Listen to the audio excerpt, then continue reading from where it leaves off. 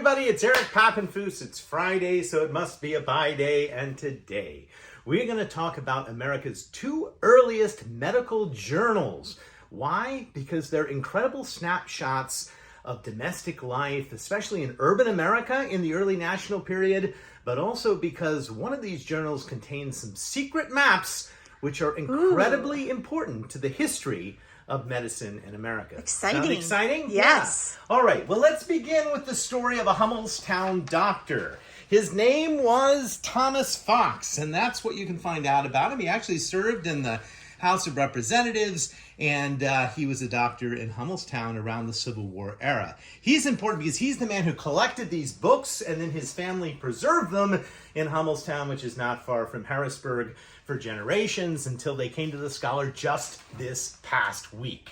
So thank you to Thomas Fox. Also, the fact that he was a doctor and was still using them in the 1850s, and these books are from the 1790s and early 1800s, shows how important the information in them was and how sort of groundbreaking and path-breaking it was to still be in use a half a century later. Let's get right to our box. All right, Kathy, what city do you think the first medical journal was published in American history? Do you know the answer? Baltimore. No, that's not a bad guess. The answer is New York. Ooh. And here is a copy of the first ever issue of the Medical Repository. And what makes it a medical journal is that it contains the latest sort of scientific correspondence, book reviews, and studies in America at the time. 1790s is an incredibly important moment. This is not only an emerging new nation for the United States, but also an emerging profession in terms of doctors. Do you know what the main killer was, or the main disease that was on people's minds in the 1790s in America? Cholera? That's a good guess, but it's actually yellow fever, because in 1793, yellow fever sweeps through Philadelphia and it kills 1 out of 10 people. Wow. So it's an amazing, amazing thing. And in Philadelphia, Dr. Benjamin Rush, who we've discussed on Bye Day before and was not always right in his theories, came up with a theory that it was spread by human contact.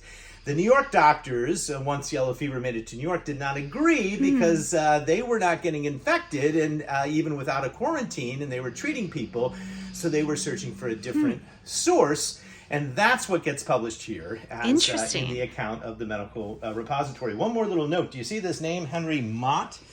Well, he is an important early New York doctor at the time, exactly the type of person who would have purchased this when it was hot off the press in 1797. But his son, Valentine Mott, is considered the father of surgery in America and was a major surgeon at the New York hospital. We're going to go here. If you look, it's a bound collection of 4 journals. So this is number 1, number 2, and it's really number 3 that has the article we're looking at. And here it is in the table of contents on the cause of yellow fever in New York. Now, I mentioned secret maps, did I not? And that is because this article here contains a series of maps of New York City which are path-breaking. Now, let's back up for a second. And you talked about maybe it was cholera. And I think maybe the reason you said cholera is because you're a British historian. That's right. And you know a little bit about the great cholera outbreak in the 1850s in London, in which there was a doctor by the name of John Snow who was able to trace cholera to a particular water pump in the heart of London by tracing where the deaths were and where the infections were. And he determined that the source was this pump and that the cholera was coming from a lack of sanitary conditions in the water.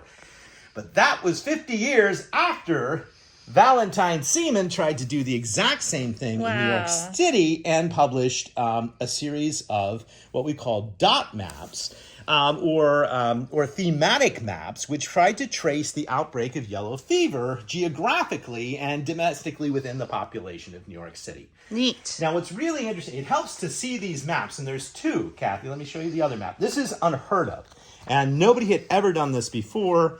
But if you plot them on a larger map of New York City, I think it's helpful. So there is a larger map. That looks more like Manhattan, right? Right. But these are where the 2 different outbreaks that he's plotting in the maps actually took place. And you can see they're right on the port side down at the docks. And if you look closely at these maps, you'll see a series of circles and dots Also easier to see if we blow them up. Okay. So I've blown it up for you. And it basically shows the distribution not only of death by yellow fever in New York, but the distribution of cases.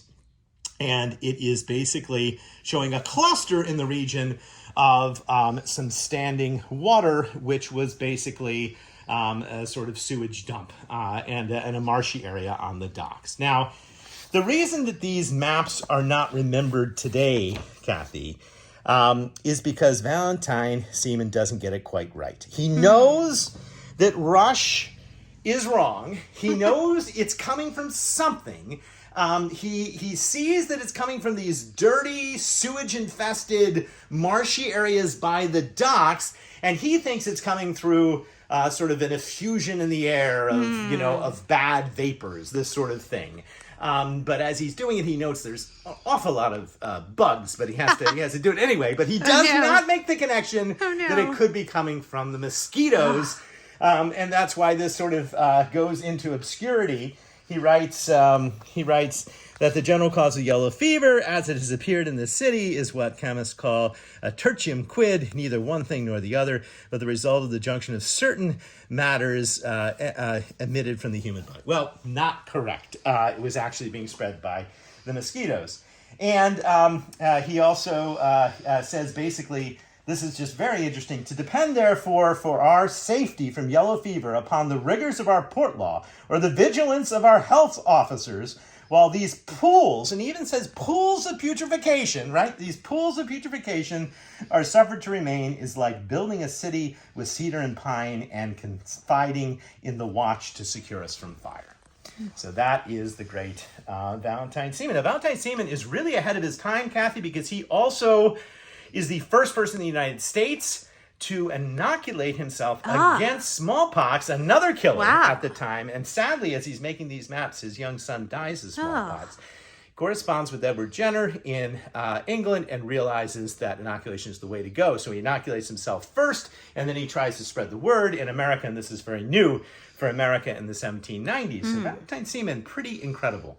I should note that the journal ends with an angry letter to the editor about Seaman's article, which also shows you the degree to which the journal was trying to be unbiased. So, and this is written by a doctor in Philadelphia who basically says, no, it just can't be. It can't be the vapors because I've seen it spread without any smell or without any vapors. So it's got to be something else. So they're even admitting that probably they're wrong. But Kathy, these maps are the first ever instance 50 years before cholera and they are largely forgotten because he didn't get it right.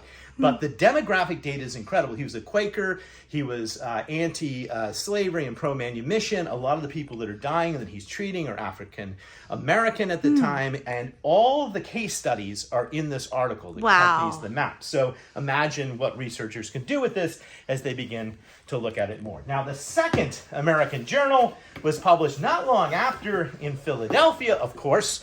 And Philadelphia becomes... really, in the 19th century, it's Philadelphia, which becomes the main headquarters of the medical profession, and it's where, with the college, University of Pennsylvania, and a lot of the medical professions, they congregate to Philly.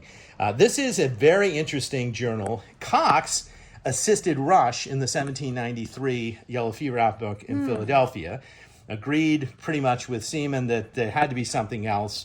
And Cox is the first person in Philadelphia to get inoculated against smallpox. And what's interesting about this journal is it's much more doctor-centered. So each of the stories are basically, they're writing in, this is, Rush's account or his own, Cox's own observations on the accidents, from the da-da-da-da-da-da. That's interesting. There's also a series of engravings. In this journal, I'm going to draw your attention to two of them. This one is pretty neat because it shows the latest in fracture technology that's going on in the Pennsylvania hospital, which is pretty cool. Interesting. And this one is rather gruesome. Remember we talked about cowpox. Right. This is a 2-scale model of the largest pox that Cox had ever seen. And that is the size that he found, unfortunately, on some of these face. Wow. Also, interestingly, in this engraving, it's from multiple articles. This is a medical instrument used to clean your sinuses. Don't try that at home. And this is the largest flower that Cox had ever seen. And you know where it came out of? It came out of the Woodlands in Philadelphia. And if you haven't seen our 2 by-days live from the Woodlands, which is now a cemetery, but at the time was a botanical gardens, you should go back and you should watch those. So the Second American Medical Journal in Philadelphia with equally interesting things, as well as a strong proponent of vaccination. And this, if you want to talk about how America basically learned to accept vaccination, it came through the writings of Cox and others and through the efforts to combat smallpox at the time. So 2 fascinating Dauphin County books. We're going to end with a funny book. Are you ready? Yes. It's slightly medical because, it's advice for sports. And do you know how you can be a better bowler, Kathy? How? By keeping your eyes shut. That's right. You can bowl better using self-hypnosis. And this is such a 60s book. I've never seen anything like it. It's got a wonderful Q&A section with such questions as, I can't think of anyone who would want to, hypnotize my friend. He can't be hypnotized. Can he be hypnotized? Oh, yes, he can be hypnotized. And how can I tell if I'm using my consciousness or my subconsciousness? He says, well, just keep your eyes closed. And the score sheet will tell you. No. Bowl better using self-hypnosis, our funny self-prescribed medical book of the week. Well, thanks for watching. These books just came into our sort room. New stuff's coming in every day. So we'll be back next Friday and every Friday at noon for more adventures in the world of books.